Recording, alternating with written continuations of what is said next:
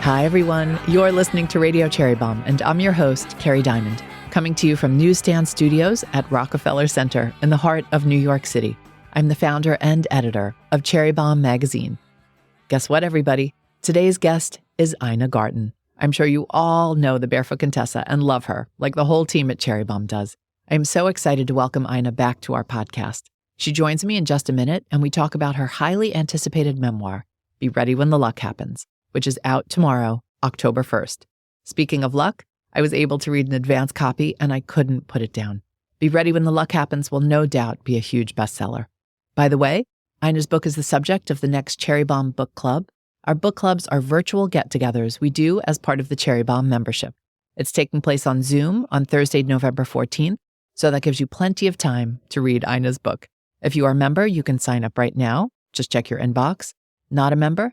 Head to cherrybomb.com for more details on how to become an official Bomb Squad member. Stay tuned for my chat with Ina Garten.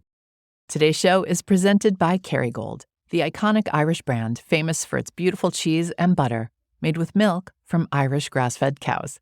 If you are new to Kerrygold, lucky you have a whole world of butter and cheese to explore. We're going to focus on Kerrygold cheese today, which I love and always have in my fridge. I'm trying to be intentional about my snacking. And Kerrygold cheese paired with seasonal fruit is one of my favorite smart snacks. I love Kerrygold aged cheddar and Kerrygold reserve cheddar, two perfect cheddars as far as I'm concerned, with sliced apples or Asian pears. Kerrygold Dubliner, which is sweet and nutty, goes well with ripe, juicy peaches. And Kerrygold Cashel Blue farmhouse cheese pairs beautifully with figs and grapes. Add a handful of walnuts or some hearty crackers, and it's the perfect thing to tide you over between Zooms and emails. If you're snacking on the go, like I do on the days I record Radio Cherry Bomb, Kerrygold has made it easy with its new cheese snacks. Throw an apple and a Kerrygold aged cheddar cheese snack in your tote bag, and you're all set. Visit KerrygoldUSA.com to learn more about Kerrygold cheese, to browse recipes, and to find a store near you. The fall issue of Cherry Bomb's print magazine is finally here, and guess who our cover star is? It's Jenny Britton of Jenny's Splendid Ice Creams, the artisanal ice cream company that changed the game. This might just be our coolest cover yet, and I can't wait for you to read all about Jenny and her entrepreneurial journey. Also, we have a bonus cover. It's the delightful Abby Bellingett of The Dusky Kitchen and the award-winning cookbook, Mayumu. This issue is dedicated to the creative class and highlights innovative and imaginative folks in and around the world of food, including fashion designers, artists, photographers, and of course, lots of pastry chefs. If you're a subscriber, your copy will be in your mailbox very soon. If you aren't a subscriber, head to cherrybomb.com to snag a copy, or check out our list of retailers to find Cherry Bomb's print magazine at a store near you. Now, let's check in with Ina Garten. Ina, welcome back to Radio Cherry Bomb. Thank you. I have to tell you, I love the book so much. I cried. I have laughed out loud so many times. I'm so glad. Thank you. I didn't want it to be, I went here, I did that, I said this. I wanted it to be fun to read, and I wanted the stories to be fun, but I wanted them to have a point. I learned something, and I hope it's interesting to you. Well, I think that comes through loud and clear. I want to ask you first, though, why did you want to write a memoir? Well, I didn't.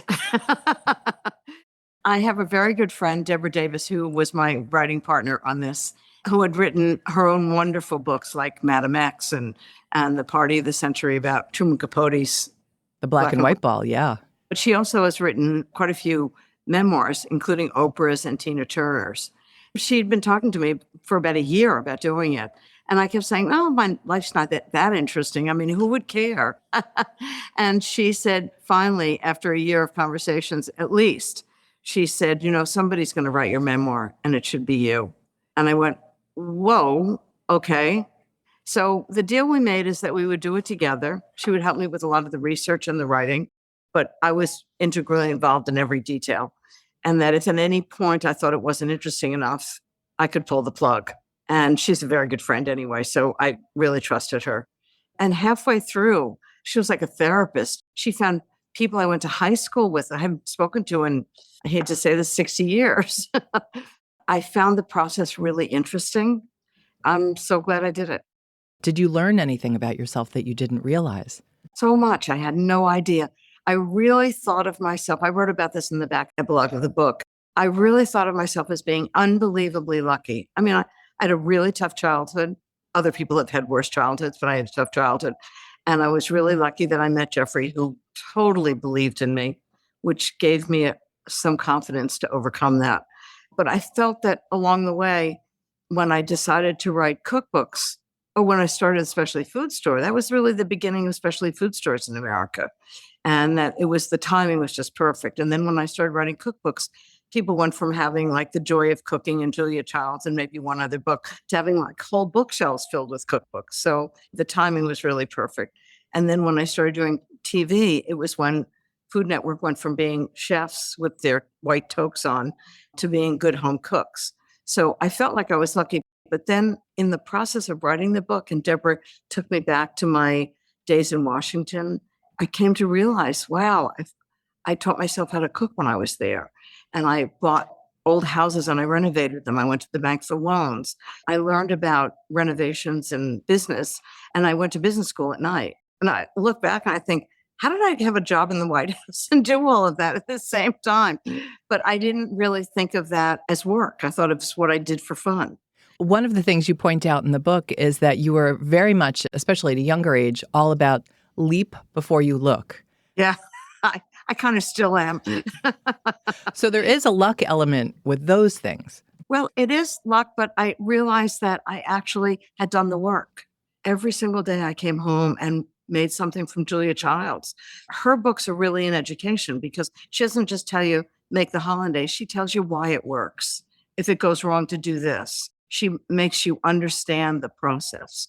So I found that just an incredible education. I love renovating old buildings, old houses mostly, and negotiating deals with buyers and sellers. And I just found that really fun. All of that gave me the knowledge that I needed to later run a specialty food store. You also credit Oprah in the book with a little bit of the realization that it was more than luck. Can you tell us about the time Oprah slapped you on the arm and what happened there? It was shocking. It was very nice. I was given a Matrix Award for Women in Media, and there were probably, I'm thinking, 8 women on the stage, and each of them had somebody that introduced them. I had Anna Quinlan, who I just adore, introducing me, but I was sitting next to Oprah on the stage, and she was introducing Gayle King, who was being given an award. And you were asked to give literally a minute and 30-second speech, which is about all I can handle without having a total meltdown. And I basically said I'd been really lucky in my life. And I sat down and she smacked me on the arm in front of like 2,000 people and said, you make your own luck. And I said, well, I actually had been incredibly lucky. And then she smacked me again. And I was like, okay. Many years later, when I was writing this memoir, I thought she was kind of right that I had done the work. So when I did the thing, running a specialty food store was the basis for writing a cookbook. I had actually really done the work. And so I have to give her credit. She was right. So is that the be ready part of the title of the book? No, what this was is I didn't know what it was while I was writing it. I didn't know what I was going to call it.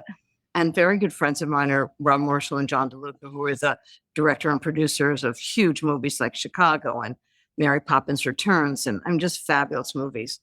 And we were having dinner one night, and Rob just happened to mention that when he was 24 and he was the dance captain for a Broadway show with Liza Minnelli, Liza came over to him and said, and it's a paraphrase of what she said, be ready when the luck happens.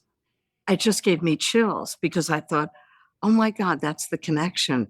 It's not a new idea. It's, it's from the Greeks or something. It's preparation and inspiration. And I thought, well, actually, I had kind of been ready when the luck happened. And so it wasn't just lucky. At the end, I gave her full credit for the statement. When I see young people now, they just want to be rich and famous, but they don't understand that you have to do the work. You have to understand what you're doing. And you have to just dive in, not knowing where it's going to go. I mean, we grew up long before you thinking, not as women, but certainly the boys I grew up with, what are you going to be when you grow up? The thing is, you don't decide that now. You decide what you're going to do now, and it's going to lead to something else, and you leave yourself open, and you figure it out along the way. And I think that's the fun of it. Not like I'm going to be a doctor or a lawyer, and that's all I'm ever going to think about doing. We'll be right back with today's guest. We're hosting our very first Jubilee Wine Country at the beautiful Solage Resort in Calistoga, California, on October 26th and 27th. Join me, Dominique Crenn, Jenny Britton, Tanya Holland, and lots of other amazing folks for what is going to be an incredible weekend of food, drink, and of course, wine. For more information or to purchase tickets, visit cherrybomb.com. Hi, peeps. It's Jessie Sheehan, the host of She's My Cherry Pie, the baking podcast from the Cherry Bomb Podcast Network. I have big news for you. My new cookbook, Salty, Cheesy, Herby, Crispy, Snackable Bakes, is now available. This is my first savory baking book, and I'm so excited to share it with all of you. It features 100 easy-peasy baking recipes for breakfast, lunch, dinner, and of course, snacking. From sage butter scones to smash burger hand pies and tomato za'atar galette. You'll also find 6 of my essential savory baking hacks, including how to make my magic melted butter pie dough and the quickest and easiest caramelized onions. My cookbook tour is underway, and tickets are on sale right now at cherrybomb.com. Thanks to everyone who joined me in New York. I'll be in San Francisco on Tuesday, October 8th, Chicago on Tuesday, October 15th, and Boston on Wednesday, October 23rd. I can't wait to see you. Thank you to Kerrygold and King Arthur Flour for supporting my tour. You can click the link in the show notes of this episode to order the book, or pick up a copy at your favorite local bookstore. I hope you love salty, cheesy, herby, crispy, snackable bakes as much as I loved writing it. You mentioned people asking what you wanted to be when you grow up. I was really struck by how few expectations there were for you, Ina. It was be a wife. You were going to get married, and that was that. And the rest was prescribed. And I actually never thought about anything else. And it was Jeffrey who I'm sure I've told you this, that I consider him the first feminist I met. And he came home one day. I was watching TV at 11 o'clock in the morning. And ironically, I was watching That Girl with Marlo Thomas. And it was so dramatic and so out of the box that she was a young woman living on her own in New York City in an apartment without a chaperone. I mean, this isn't 1,000 years ago. This was, 60 years ago. And her boyfriend was coming to visit. I mean, that was even scandalous. And Jeffrey said, you need to figure out what you're going to do with your life. If you don't, you won't be happy. And it had never occurred to me. It took you a while to get there. Well, first I had to finish college. Yeah. Didn't you have to do 3 different colleges just to finish? Yeah, 3 different colleges, because I got married in the middle of my college when I was a junior. When my parents put so much pressure on me about grades in college and being academically successful, I really pushed back. Jeffrey said, I said to him, I can't figure out my grades. I just can't do this. He said, so don't go to college. And in that moment, I remember thinking, oh, it's up to me. And after that, it was easy. I don't like having somebody tell me what to do. Well, that's why I had to laugh when I asked about the memoir, and you said your writer and friend sort of talked you into it in the beginning, because one thing definitely comes through in the book. You don't do things unless you want to do things. That comes through loud and clear. Just a little. But Jeffrey's got my number. If he wants me to do something, he always somehow says, whatever you do, don't do it. And the next thing I know, I'm doing it. That's the secret. Okay, good to know.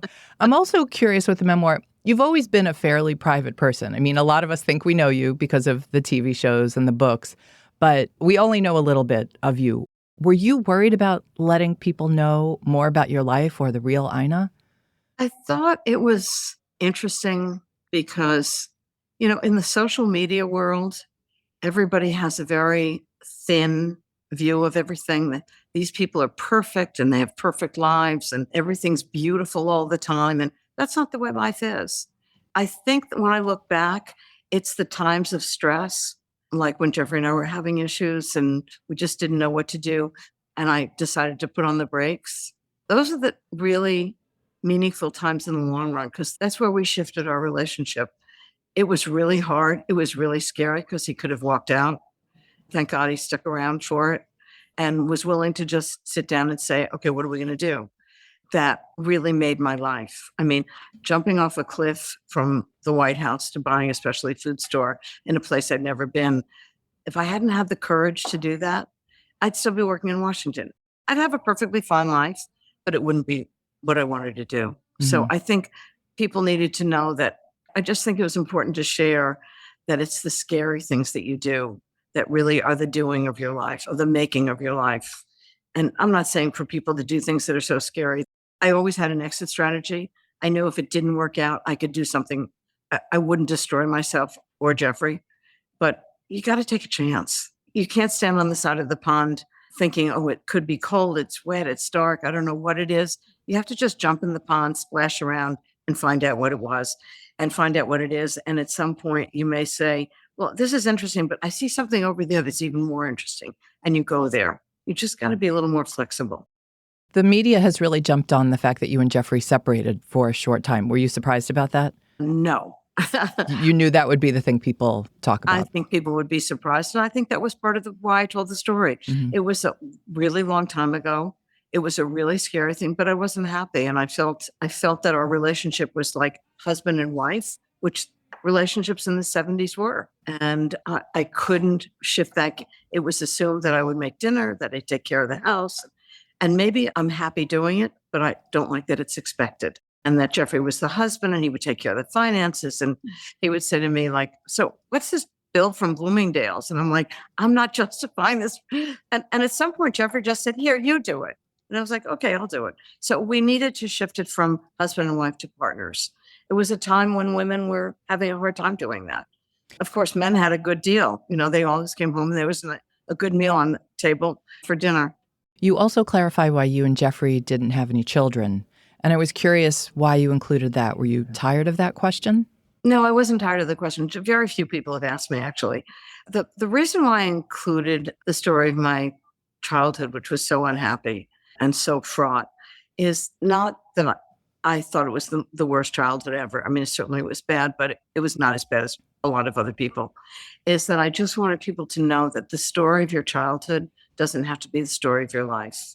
And I made an absolute determination when I was 15 that if I was dating somebody who someone just raised his voice to me, I was out of there. I think a lot of people make that decision, but end up marrying somebody that's like their family. I married somebody who's totally different.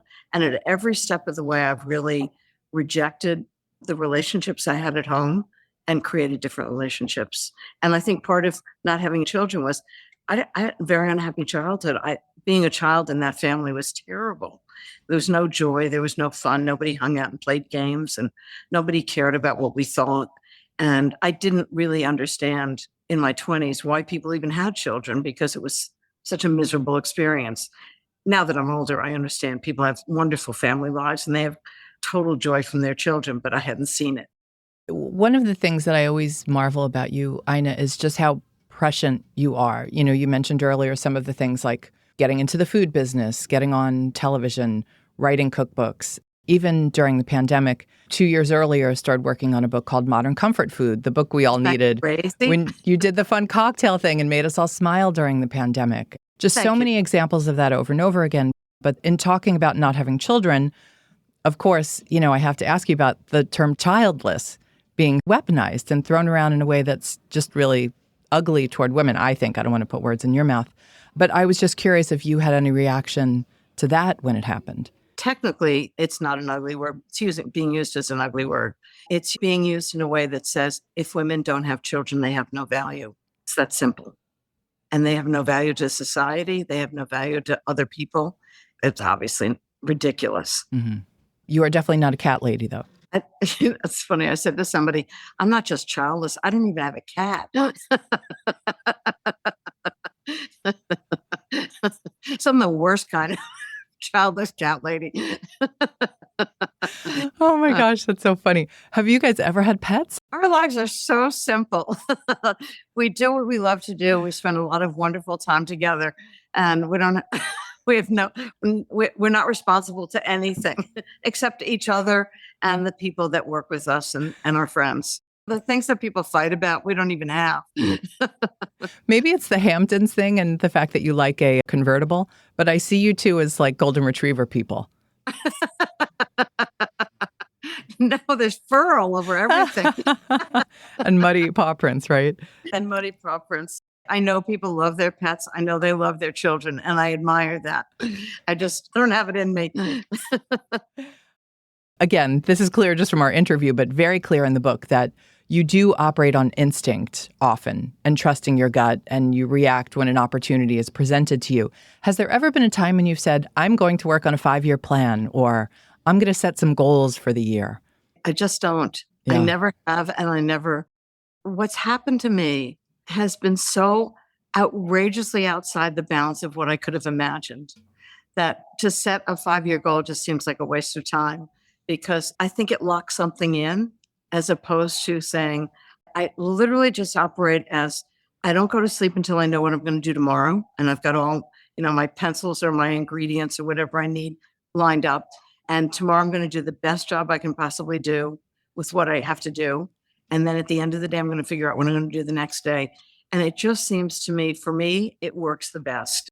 Something comes across my screen, I'm free to look at it and say, that's interesting. Or no, I'm not going to put my name on your fertilizer, which is an opportunity that I was presented with. I was like, no, I'm not putting my name on your shit. And then something comes across and somebody says, would you like to do a show on Food Network? And you go, well, that's kind of interesting, but I don't think I will, but maybe I'll just dip my toe in that water and see what it's like. I get the sense you run your business still as a family business. Do you have a CEO or anybody who runs the business for you? I'm the CEO, I'm the CFO. And actually, when I hire people to come work with me, they think I have a big organization. One of my employees said, a friend of hers who worked for Wolfgang Puck said, have you ever met Ina? Because she had never met Wolfgang. I mean, it's a huge organization. She had never met Wolfgang.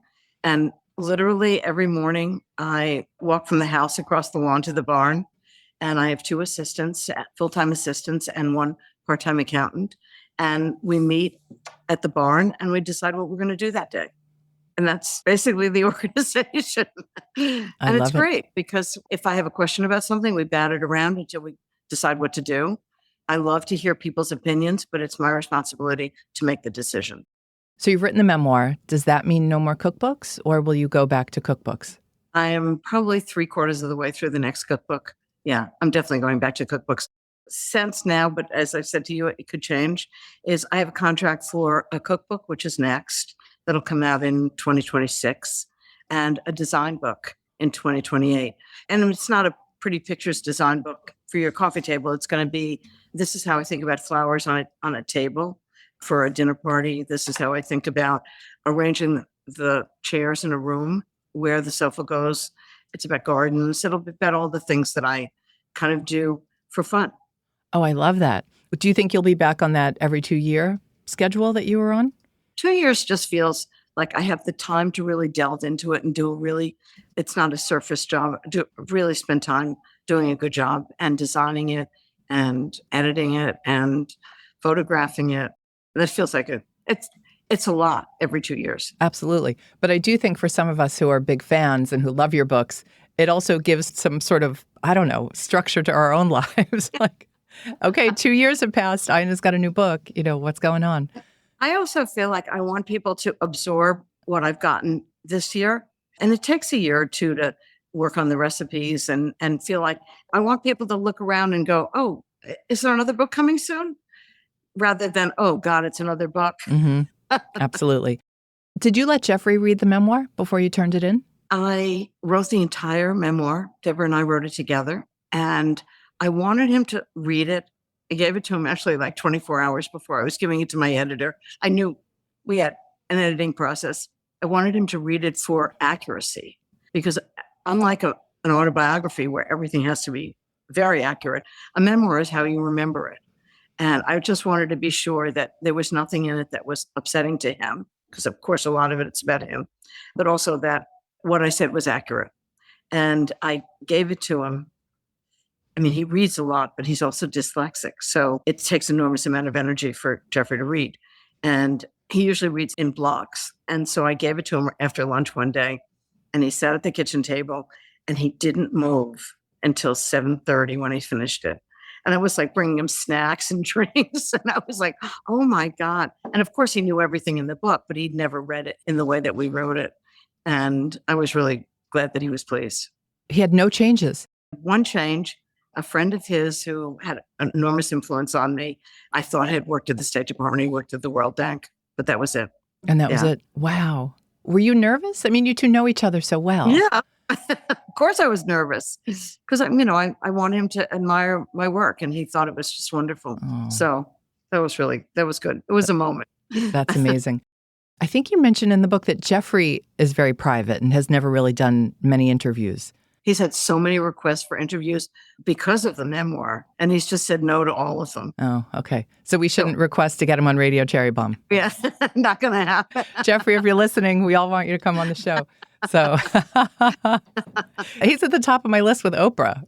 I'll tell him. Thank you. Tell him. Friendly territory if he comes here. Does Jeffrey cook? Jeffrey makes really good coffee, and which is wonderful because I come downstairs in the morning and his coffee ready for me. And during the pandemic, because I was working so hard, I was doing recipes for people that were, stuck at home out of their pantry. They didn't know what to do. And then I'd have to make lunch and dinner because you couldn't order out. I was just exhausted. And Jeffrey said, you know what, why don't I just take over doing the dishes? I was like, that would be great. So even after that, he's taken that over. So he's been wonderful doing dishes and loading and unloading the dishwasher. Oh, that's nice. And he doesn't break the dishes? No. I've had some passive-aggressive boyfriends who are like, I'll do the dishes, and then they break the first two, and you're like, you know what? Let me do the dishes. Well, I know. That's very passive-aggressive. No, he knows I hate, a scavenger hunt for the spatula I'm looking for. So if he's not sure, he leaves it on the counter, and I put it away in the morning. So we have a nice little system. I love talking about it as a scavenger hunt. That's exactly what happens. You've done so many things now. I mean, the memoir, kind of the cherry on top. What is left on your big to-do list? I don't have a list of things that I'm dying to do. I love my life the way it is. I love writing books. I'm never retiring because I can't imagine what I would do with myself. And I like the challenges. I can always challenge myself. I think I'm just going to keep doing what I'm doing, which is writing books. I like that I've opened it up a little bit with the memoir and the design book. And Be My Guest has been just stunningly wonderful for me to connect with people. It's the kind of the thing I missed in my childhood, having a connection with people and cooking together and meeting people that I wouldn't ever have met and very often becoming friends with them, which is wonderful. Yeah, it's so clear how much you love doing that show. And it's a show and a podcast for people who don't realize that. Yeah, it's been extraordinary. Yeah. Really extraordinary. How do you stay inspired? I think traveling and reading, and I have a library behind me that has 1 million cookbooks in it. I think it's probably like for doctors, it's like medical journals. You just enjoy reading them. When you travel, you see things that have nothing to do with cookbooks, but I may see the colors of fashion in Paris and think, oh, those would be great for the cover of a book. So I think when you travel, you see what other people are doing and you use what you've learned in a way that works for you. Mm-hmm. And it's osmosis, you just absorb it. I have a few questions from the Bomb Squad. We got a great one from a 16-year-old named Summer. She would like to know what your life advice is for a 16-year-old who wants to do everything. The best advice I ever gave, and I'll pass it on to you, is do what you love. If you love it, you'll be really good at it. So think about what you used to do when you were 10 before you had this idea that you had to be something when you grow up, and figure out how to make a living out of it. I mean, I know somebody who loved to watch movies. And I mean, how do you make a living watching movies? And she became the movie critic for a newspaper. So there's always a way to incorporate what you love to do. Projet Chocolat wants to know, what's been your life's purpose? Well, a friend of mine actually writes books about mattering. And mattering is when we feel that our lives matter to other people. And I didn't do this deliberately, but it's the way it worked out. When I walk down the street and people say to me, you taught me how to cook, I feel like my life matters. When you cook, everybody shows up and you create a community around yourselves and connections with people. And that's really what makes us happy. And I think the people who feel that their lives matter to other people, and it could be just like showing up at somebody's house with chicken soup when they're not well. You say to them, your life matters to me and I want to take care of you. So I think cooking really satisfies that for me. And I did it because I felt like writing cookbooks, but it turned out that it made me feel like my life matters. There's a great new culinary bookstore in Buffalo called Read It and Eat. And the folks there would like to know, which of your recipes has most stood the test of time? You do have some recipes in this book. I do. If I'm telling a story that involves a recipe, like a story about Nora Ephron, I included the truffle sandwich that she and I connected over. I hate to say it because it's kind of cliche by now, but I mean, roast chicken. Most people don't know how to make a really good roast chicken, and it's really simple. You just don't overcook it. There's really not much of a secret to it.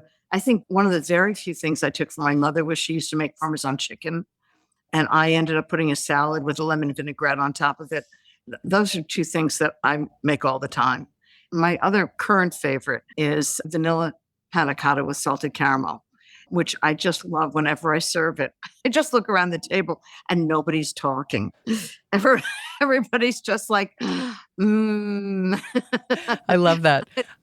That just makes me feel so good that people are so happy. Sure. I thought you might say coconut cupcakes. Oh, coconut cupcakes, definitely. Yeah, exactly. Yeah. Okay, my little Pasadena kitchen wants to know if you get invited to potlucks. We don't do potlucks so much, but I think it's a good idea. As long as it's organized. You don't want a potluck where everybody brings a green bean casserole. You know what I like about potlucks is that everybody feels like they're involved. And if you ask somebody to bring something, it says, I trust you to bring something really good. So you're part of the team. But I have to say, I usually ask people to just come and bring their adorable selves and have fun. All right. We all know you love gardening and you love your garden.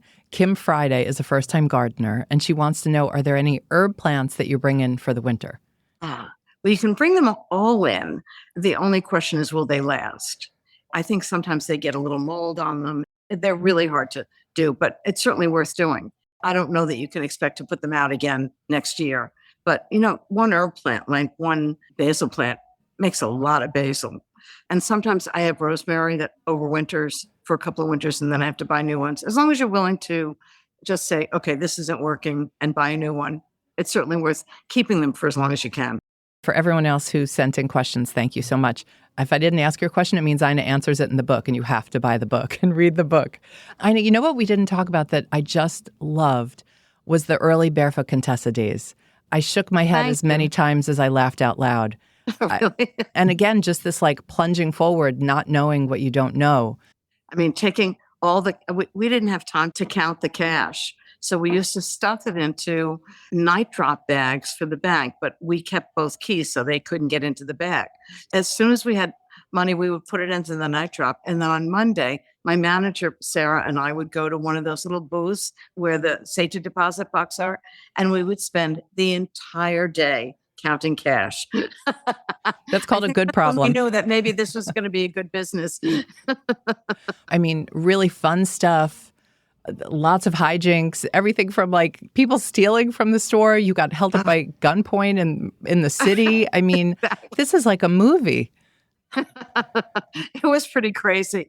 I just did what I needed to do. And maybe because I'd never been in the business before, I just went headlong into it, as you say, and just figured it out on the way. 1,000 baguettes that you would have to make every day.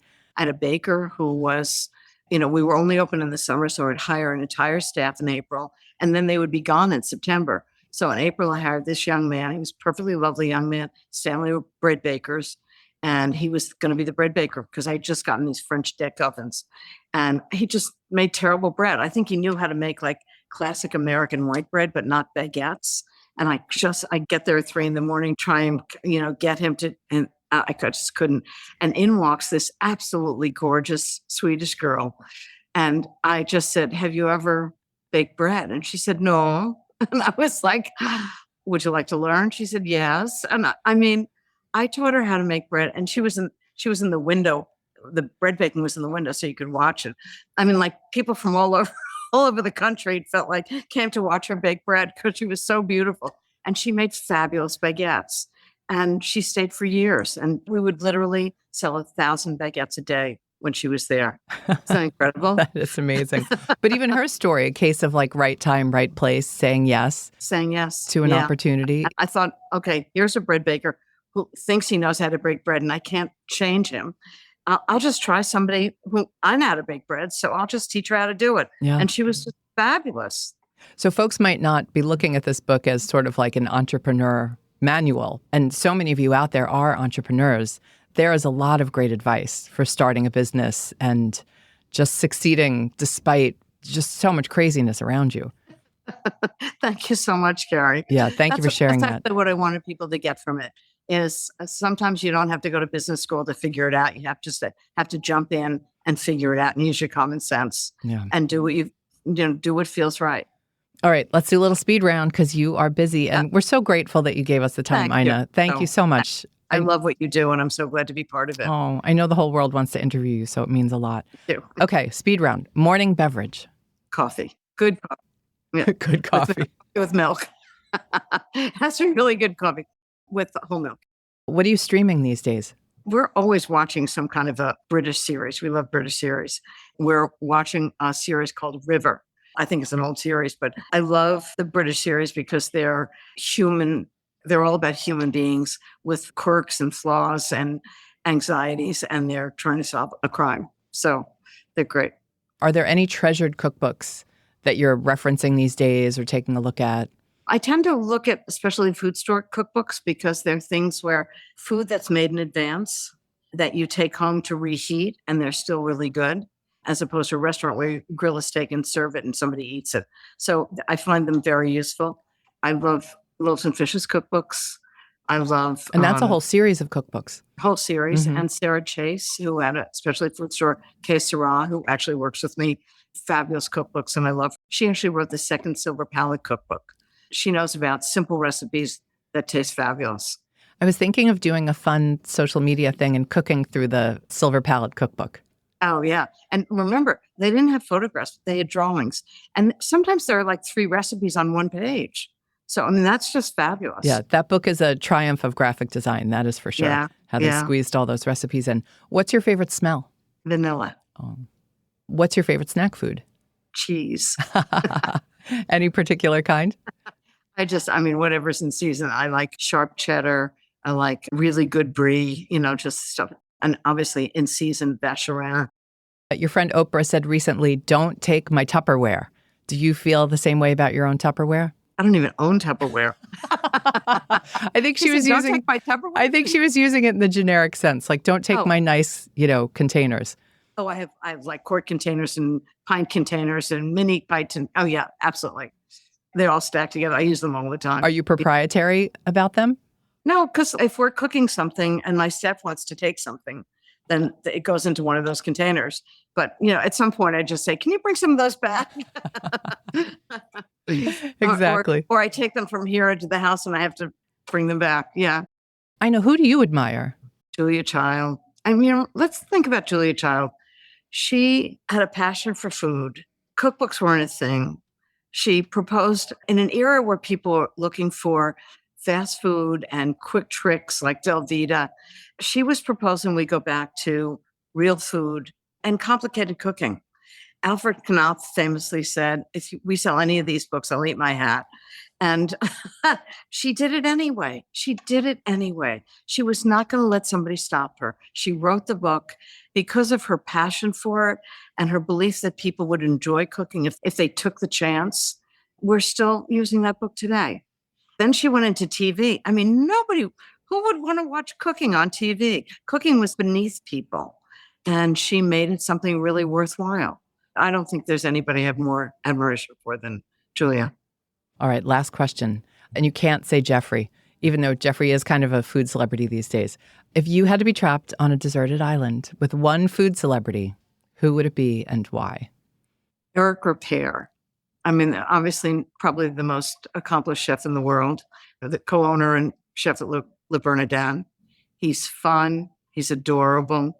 He's a Buddhist. I think I would learn a lot from him if I was trapped on a desert island, and I think we'd have a very good time. But don't tell his wife. She can come. Sandra can come too. She's okay. Wonderful.